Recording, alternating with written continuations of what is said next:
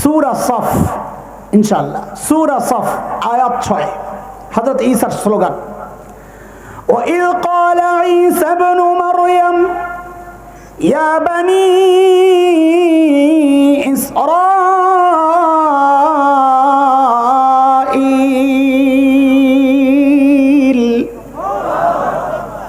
إِنِّي رَسُولُ اللَّهِ إِلَيْكُمْ مُصَدِّقًا لِمَا بَيْنَ يَدَيَّ مِنَ التَّوْرَاةِ ومبشرا برسول يأتي من بعد اسمه أحمد। ও বনি ইসরাইল শুনো শুনো, এতদিন তো আমি ওয়াজ করছি, আল্লাহ আমারে তোমাদের রসুল বানায়া পাঠাইছেন। ইন্নী রাসূলুল্লাহি ইলাইকুম, বলেন হযরত ঈসার বক্তব্যের স্লোগানের মূল পয়েন্ট দুইটা। বলেন, আমি কিন্তু আস্তে আস্তে ইনজেকশনের জন্য খুব দ্রুত ঢুকে যাচ্ছি। বলেন হযরত ঈসার বক্তব্যের মূল কথা কয়টা? এক নম্বর কথা, ও বনি ইসরাইল, আল্লাহ আমাকে তোমাদের রসুল বানায়া পাঠাইছেন। ইন্নী রাসূলুল্লাহি ইলাইকুম। হযরত ঈসাকে আল্লাহ কাদের রসুল বানায়া পাঠাইছেন? বনি ইসরাইল বুঝেন, খ্রিস্টানরা, ঈসাইরা। এক নম্বর কথা, এটা মনে রাখেন এবং এটা মুখস্থ করেন, আমার সাথে বলেন সবাই, ও বনি ইসরাইল। বলেন ওলামারা, জুয়ান ওলামারা, বলেন আপনারা সবাই, ও বনি ইসরাইল, আল্লাহ আমাকে তোমাদের রসুল বানাইয়া পাঠাইছেন। কাজী হযরত ঈসাকে আল্লাহ কাদের রসুল বানাইয়া পাঠাইছেন? বনি ইসরাইল তো চিনেন, কারা?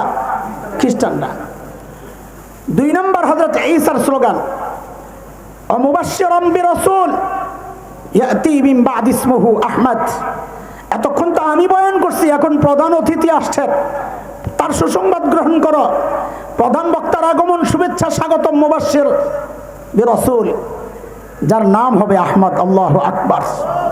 আরে ভাই, আমার নবীকে আল্লাহ যা দিছেন সব সেরা সেরা জিনিস, আরে নাম দিছেন তো দুইটা সেরা নাম। আমার নবীর এক নাম আহমদ, আরেক নাম আহমদ মানে সবচেয়ে বেশি প্রশংসাকারী আল্লাহর, মুহাম্মদ মানে সবচেয়ে বেশি প্রশংসিত। মক্কার কাফেররা বাজারে হাটে ঘাটে যাইয়া বদনাম করে, এই মুহাম্মদ খারাপ মানুষ, আল্লাহ কি নাম রাখছে খেয়াল করেন। কয় মুহাম্মদ খারাপ মানুষ, এর কাছে যাইবে না। পাবলিক জিজ্ঞেস করে, যিনি সবচেয়ে বেশি প্রশংসিত ইনি আবার খারাপ হয় কেন? লাগছে নি বেজাল? আয়া পরামর্শে বইছে, আরে এই নাম দিয়া বদনাম করা যাবে না, নাম পাল্টা, নতুন নাম দে। এই যুগের দুই একটা পান্ডা মুরগি চোরারা যদি ওই মিটিং এ থাকতো তো কইতো তেতুল হুজুর নাম দিয়ালা। কোন হুজুর? তেতুলের বিসি, এই জন্য তোর ফাড়াইয়া দিছে মানছে, কথা কয় না? কি করছে? ফাড়াইয়া দিছে। কি ফাড়াইছে এটা কত দরকার নাই। মাইনকা চোরারে দিছে, পোলাবাইন জায়গা মতোই দিছে, যে জায়গা দিলে পোলাবাইন দেখাইতে পারবো না, কাউরে দেখাইতে পারবো না। কিন্তু বেশি জোর হয়ে গেছে, ভাইটা গেছে, অপারেশন লাগছে, এইটা হলো সমস্যা। আল্লাহ, লা হাওলা ওয়ালা কুওয়াতা ইল্লা বিল্লাহ। খেয়াল করেন, খেয়াল করেন, মনোযোগ দেন। তো পরামর্শ সবাই বৈশা নাম নির্ধারণ হয়েছে। এখন মুহাম্মদ বাদ মুজাম্মাম সবচেয়ে বেশি নিন্দিত। নাউজুবিল্লাহ কইেন না। পাবলিক গেছে বাজারে বদনাম করালে কোরাইশরা, এই আমগো এলাকা একটা মুজাম্মাম আছে, মুজাম্মাম খারাপ মানুষ, তার কাছে যাইও না। 40 বছর একটা মানুষের নাম জানছে সবাই মুহাম্মদ, এখন নতুন নাম দিছে মুজাম্মাম। পাবলিক জিজ্ঞেস করে, মুজাম্মাম কেডা? চিনলাম না তো। লাগছিনি বেজার? দোস্ত, আল্লাহ আমার নবীকে যা দিছেন সব সেরা সেরা জিনিস। আরে চোখ দিছেন তো সেরা, চুল দিছেন তো সেরা, আর নাক দিছেন তো সেরা, ঠোঁট দিছেন তো সেরা, আরে এমনকি ঘাম দিছেন তো সেরা ঘাম। কেন? আমার আপনার ঘামের দুর্গন্ধে ধারে কাছে কেউ বসতে পারে না, অথচ আল্লাহর হাবিবের ঘাম সাহাবায়ে কেরাম সংগ্রহ করতেন। কেন? কোন অনুষ্ঠান হইলে ওই অনুষ্ঠানে লাগায়া দিতেন, গোটা অনুষ্ঠানটা সুঘ্রাণে মৌমৌ করত।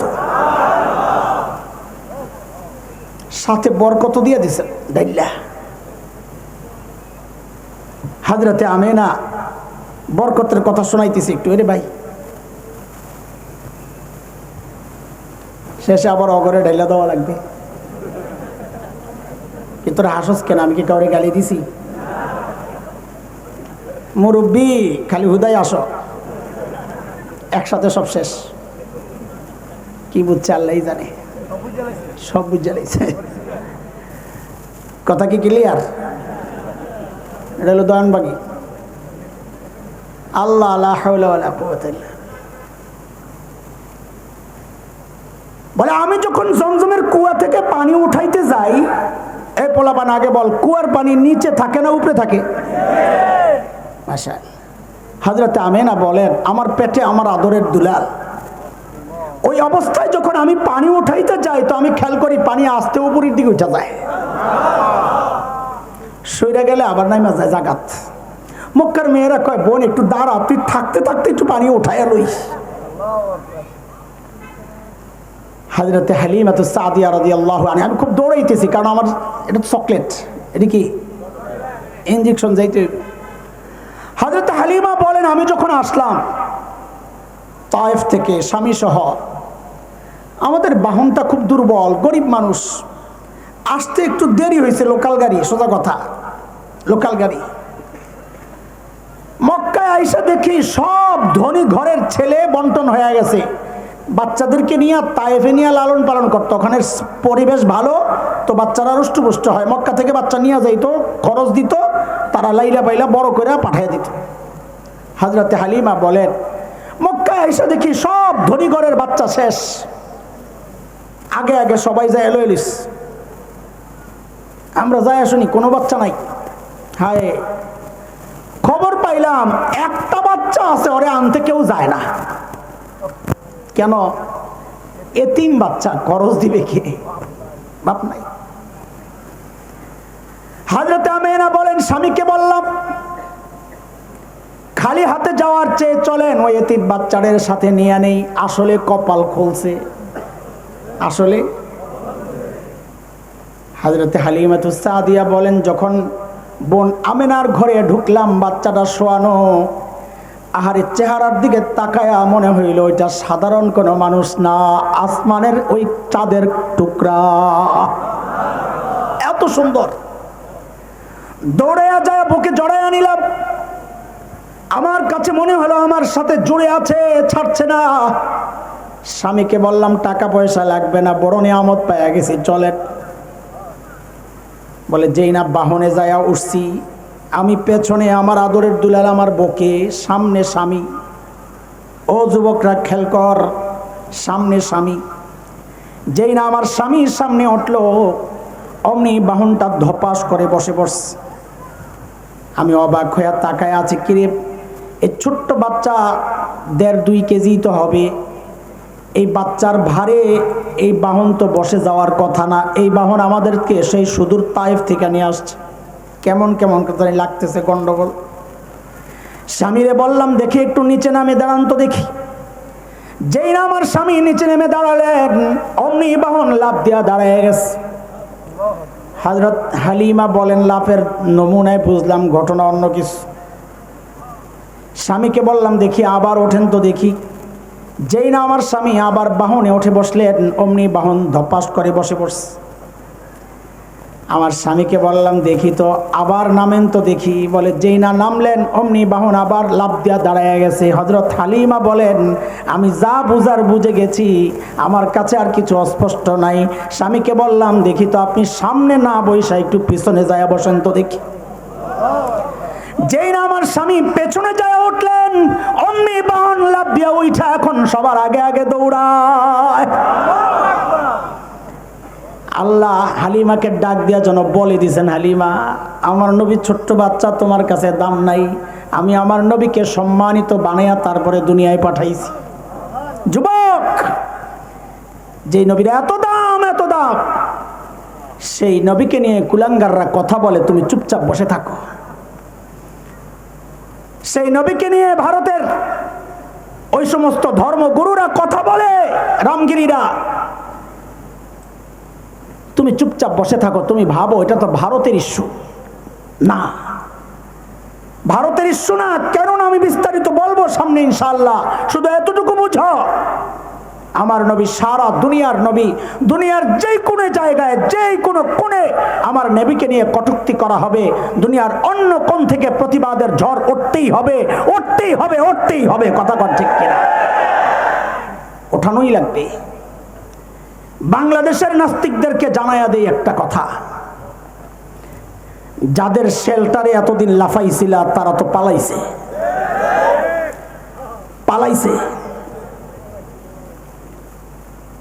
কাজে সাবধান হয়ে যাও। এখন আর তোমাদেরকে বাঁচানোর জন্য আগানোর মতো এরকম শক্তি নাই। হ্যাঁ, তোমাদেরকে বাঁচানোর শক্তি আসলেই কেউ নাই, না পালাইলেও পারবে না। এদেশের মানুষ রাজনৈতিক পরিচয় ভিন্ন থাকতে পারে, কেউ ধানের শীষে, কেউ নৌকায়, কেউ দাঁড়িপাল্লায়, কেউ হাত পাখায়, নানান মার্কায় ভোট দিতে পারে। এদেশের যুবকরা দাড়ি কাটতে পারে, নামাজ থাকতে পারে, কিন্তু এদেশের প্রত্যেকটা ইমানদার তার নবীকে তার নিজের চেয়েও বেশি ভালোবাসে। চিল্লায় কণ্ঠে। সে ভালোবাসার জায়গা থেকে আমাদের একটাই দাবি, একটাই কথা, তোমাদের বাবাকে নিয়ে কটূক্তি করলে যদি এই জমিনে বিচার হইতে পারে, তোমাদের সন্তানকে নিয়ে কটূক্তি করলে যদি এই জমিনে বিচার হইতে পারে, এমনকি কখনো কখনো মৃত্যুদণ্ড হয়, আমরা দেখেছি অতীতে। আমার নবীকে নিয়ে কটূক্তি করলে ওই জালেমের অন্য কোনো শাস্তি মানি না, একটাই শাস্তির বিধান করতে হবে, মৃত্যুদণ্ড চাই, মৃত্যুদণ্ড চাই।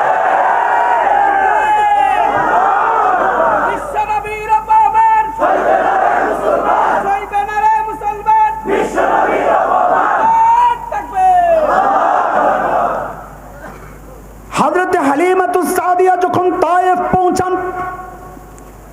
হালিমার বকরিগুলো যখন ঘাস খেতে যায়, ঘরে ফেরত আসলে দেখে বকরির ওলান ভরা দুধ। অন্য মেয়েদের বকরিতে ওলানে দুধ নাই। মেয়েরা বলে কি, হালিমা বোন, তোমার বকরি ঘাস কোন জায়গায় খায় একটু দেখায়া দাও না। ওই যে আমরা মোড়া পোলা বাইন দেখলে কই তোর বাপে কোন দোকানের চাল খাওয়ায়। ঠিক ঠিক কথা। হযরতে হালিমা বলেন, না রে, এটা ঘাসের কোনো কারামতি না, এটা বকরির কোনো বরকত না, এটা আমার কুরাইশি মেহমানের বরকত। আচ্ছা, শেষ করা লাগবে, ছোট্ট একটা কথা বইলা শেষ করি। আমার নবী কত সুন্দর ছিলেন এটা একটু বইলা শেষ করি। কত সুন্দর ছিলেন, আল্লাহ কি সুন্দর বানাইছেন, সুবহানাল্লাহ। হযরত হালিমাতুস সাদের এক মেয়ে ছিল সীমা। কি নাম? সীমা। সীমা বকরি চড়াইতে যায়। একদিন আসতে আস্তে আস্তে দেরি হয়ে গেছে। তো হালিমা, এমনি তো মেয়েদেরকে নিয়ে টেনশন একটু বেশি ছেলেদের তুলনায়, তাই না? দেরি করছে, রাগ করছে, এই দেরি করো কেন? ও মা বকা দিছে, মায়ের তো মাইন্ডে লাগছে, কাম করাইবা আবার বকা দিবা, যাবো না, যাবো না। মানুষ জানে কাউরে সাইজ করতে হইলে তার নরম জায়গায় হাত দিতে হয়, মানে স্পর্শকাতর যেটা তার জন্য বেশি দরকার। হালিমাও আস্তে করে ওই জায়গায় হাত দিছে, কয় যাইবা না? যাইও না। আমার কি, যাইও না। আমার কি, তোমার কোরাইশি ভাই না খাইয়া মরবো, আমার কি? ও আল্লাহ, এই কথা কইছা রে সীমায় কনা জামু, কারণ কোরাইশি ভাইরে বড় মহব্বত করে সীমা। কমা জামু, যাও। তবে মা, একটা শর্ত আছে, যাওয়ার সময় ভাইয়ারে দিয়া দেওয়া লাগবে। কায় রে পাগল, বাচ্চা সারা যায় এই বকরি সামলাইতে পারো না, আবার এটা লয়ে যাবা গাট্টি, তো বকরি সামলাইবা কেমনি? সীমা বলেন, না রে মা, আগের কথা তো তোমারে শোনাই নাই রে মা। ওই যে আরেকদিন ভাইয়ারে নিয়ে গিয়েছিলাম, জানো নি মা, আমি ভাইয়ারে বকে নিয়ে সামনের দিকে চলেছি, সবগুলো বকরি ডাক দেওয়া লাগে নাই, ধরা লাগে নাই, ছোঁয়া লাগে নাই, সবগুলো আমার পেছনে পেছনে লাইন দিয়ে দিয়া চলেছে। এরে মা, ভাইয়ারে কোলে নিয়ে আমি যখন চেহারার দিকে তাকায় আছি, আহারে কি সুন্দর, চোখ ফিরাইতে পারি না, কখন দিন শেষ হয়ে গেছে আমার খবর নাই। হঠাৎ আলো আধারি দেখে চমকায়া উঠছি, উদ্বেগ উৎকণ্ঠা, হারে না জানি আমার বকরিটি আড়াইয়ে গেছে। কিন্তু মা, জানুনি কি দেখছি? মাথা উঠায়া দেখি রে মা, আমি যেমন আমার ভাইয়ার দিকে তাকায় আছি, সবগুলো বকরি চারদিক থেকে লাইন ধরে আমার ভাইয়ার দিকে এমনি তাকায়া রইছে। আয় এত সুন্দর। আচ্ছা, এটা এই পর্যন্ত। এইভাবে বলতে থাকলে আমরা জানি চকলেট খেতে মজাই লাগে, চকলেট খেতে, কিন্তু আমাকে মাকসাদ তো চকলেট না। মনে আছে তো নাকি? আমি তো একটা নির্দিষ্ট টার্গেট নিয়ে আগাইতেছি ইনশাআল্লাহ। এতক্ষণ যা বুঝাইছি, বুঝাইতে চাইছি, আল্লাহ আমার নবীকে যা দিছেন তো, কিতাব দিছেন তো, ধর্ম দিছেন তো, উম্মত দিছেন তো, সব সেরা, সব সেরা, সব সেরা। কিন্তু একটা জায়গায় একটু ব্যস্ত আপনাকে লাগার কথা, না লাগলে আমি একটু লাগাই। সেটা হইল ওই যে বাবা, কোন বাবা? ওই বাবা তার মেয়েকে এমন কোন ছেলের কাছে বিয়ে দিবে যার বাড়িঘর নাই। এ কথা কর, দিবে? আপনি তো দিবেন না মিয়া, আপনি তো 440 না, আপনি তো দিবেন না বাড়িঘর সারা ছেলের কাছে মাইয়া বিয়া। তাহলে উদাহরণ যে দিলেন মিলল না তো। কেন মিলে নাই ভাই? কোন জায়গায় সমস্যা? কারণ আল্লাহ আমার নবীরে না সব সেরা সেরা জিনিস দিয়া পাঠাইছেন। হ্যাঁ, কই মিলে নাই? আল্লাহ তো আমার নবীকে পাঠানোর ক্ষেত্রে দুনিয়ার সেরা সুন্দর জায়গা সুইজারল্যান্ডে পাঠাইলেন না, দুনিয়ার সেরা সুন্দর জায়গা যাকে ভূস্বর্গ বলা হয়, দুনিয়ার জান্নাত বলা হয়, কাশ্মীরে পাঠাইলেন না। পাঠাইছেন কোথায়? এমন একটা জায়গায় জাজিরাতুল আরব, যাকে খলিল ইব্রাহিমের ভাষায় সূরা ইব্রাহিমে আসছে ওয়াদিন গায়রি জি যারা, বৃক্ষলতাহীন, জলশূন্য, বালুকাময় জায়গা, খানা নাই, পানি নাই, ফল নাই, ফসল নাই, গাছ গাছালি নাই, মরুভূমি, পাথর আর পাথর, পাহাড় ও পাথর, এমন একটা অনুর্বর জায়গায়, অস্বাস্থ্যকর জায়গায় আল্লাহ আমার নবীকে কেন পাঠাইলেন? কেন দুনিয়ার সেরা সুন্দর জায়গায় পাঠাইলেন না? প্রশ্ন জাগে কি জাগে না? এই প্রশ্ন না জাগলে কিন্তু আমি আমার জাগাত প্রস্তারণ না। কি চিনাইতেছি? আগে এটা মাথায় আবার আন। কি চিনাইতেছি? এই মাওলানা কি চিনাইতেছি? নবী চিনাইতেছি। বলেন, আমাদের নবী চিনাইতেছি। মনে আছে তো না? আমি তো পড়াশুনো ইনশাআল্লাহ। এখন বলেন, প্রশ্ন জাগে কি জাগে না? আল্লাহ আমার নবীকে জাজিরাতুল আরবে কেন পাঠাইলেন? প্রশ্ন জাগে তো। শুনেন, এই প্রশ্নের জবাবে উত্তর যা দিব, ওই উত্তরের উপর আবার প্রশ্ন আসবে, আবার উত্তর দিব, উত্তরে আবার প্রশ্ন, আবার উত্তর, এইভাবে আমরা আগাইতে থাকব। একটু মনোযোগ এদিক সেদিক করা যাবে না দোস্ত। আপনি একটু মনোযোগ এদিক সেদিক করলে আমি এতক্ষণ যে চিল্লাইলাম সব বেকার যাবে, কারণ আপনি লাইন ঠিক রাখতে পারবেন না। একটা মিস হবে, আপনি কথায় হারাইয়া যাবে, আমার বোঝানো কষ্ট হবে। একদম অ্যাটেনশন প্লিজ, ঠিক আছে? ইনশাআল্লাহ। বলেন এবার আমার নবীকে আল্লাহ কই পাঠাইছেন? জাজিরাতুল আরব। বলেন, মুখ্য শব্দ কোন এটা? বলেন, সবাই বলেন, জাজিরাতুল আরব। জাজিরাতুল আরবের একটা হচ্ছে ভৌগোলিক অবস্থা, আর একটা হচ্ছে ভৌগোলিক অবস্থান। অবস্থাটা বললাম, পানি নাই, ফল নাই, ফসল নাই, একদম অনুর্বর জায়গা। অবস্থানটা একটু দেখেন। অবস্থান হইল তিন পাশে পানি। জাজিরাতুল আরবের, জাজিরাতুল আরব চিনেননি? সৌদি আরব, আরব আমিরাত, কাতার, কুয়েত, হ্যাঁ, এই দেশগুলা মিললে হচ্ছে জাজিরাতুল আরব। এই জাজিরাতুল আরবের তিন দিকে পানি। কয়দিকে? একদিকে পারস্য উপসাগর, ওমান উপসাগর, আরব উপসাগর, ভারত মহাসাগর, পশ্চিমে লোহিত সাগর।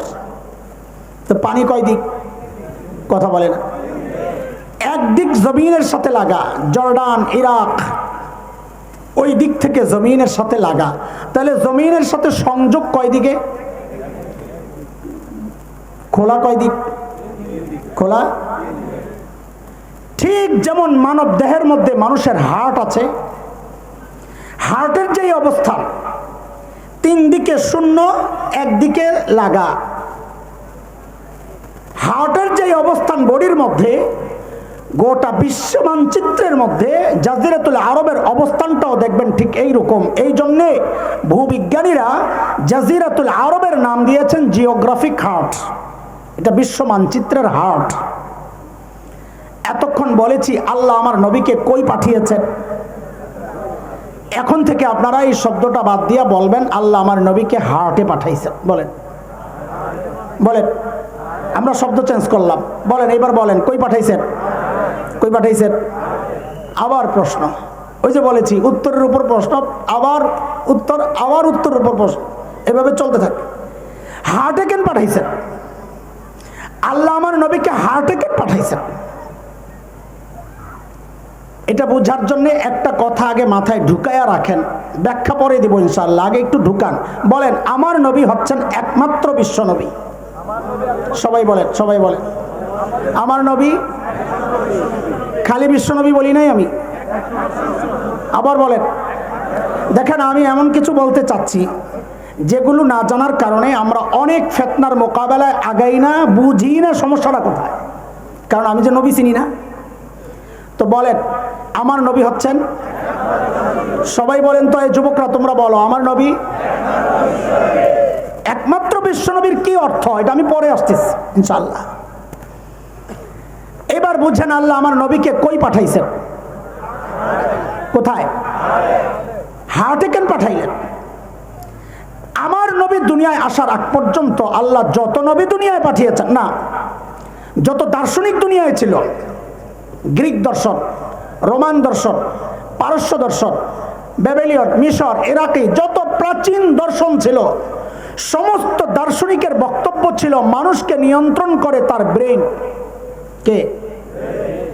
সর্বপ্রথম আমার নবী গোটা দুনিয়ার দার্শনিকদের বিরুদ্ধে দাঁড়ায়া ঘোষণা দিলেন, না, মানুষকে তার ব্রেন নিয়ন্ত্রণ করে না, মানুষকে নিয়ন্ত্রণ করে তার হার্ট। কে? নবী ঘোষণা দিলেন, আলা ওয়া ইন্না ফিল জাসাদি মুদগাহ ইযা সালুহাত সালুহাল জাসাদু কুল্লুহু ওয়া ইযা ফাসাদাত ফাসাদাল জাসাদু কুল্লুহু আলা ওয়া হিয়াল কলব। এরে আমার উম্মত, মানব দেহের মধ্যে একটা গোশতের টুকরা আছে, ওই গোশতের টুকরা যদি ভালো হয়ে যায় গোটা বডি ঠিক, ওই গোশতের টুকরা নষ্ট হয়ে গেলে গোটা বডি বরবাদ। হাদিসের একটা সংক্ষেপ তর্জমা অর্ধেক করে আমি কইতেছি। বলেন, হার্ট ঠিক তো বডি ঠিক? বলেন, সবাই বলেন, হার্ট ঠিক তো? বলেন, হার্ট ঠিক তো? এই হাদিস দিয়ে তো এতদিন ওয়াজ করছেন পিসাবরা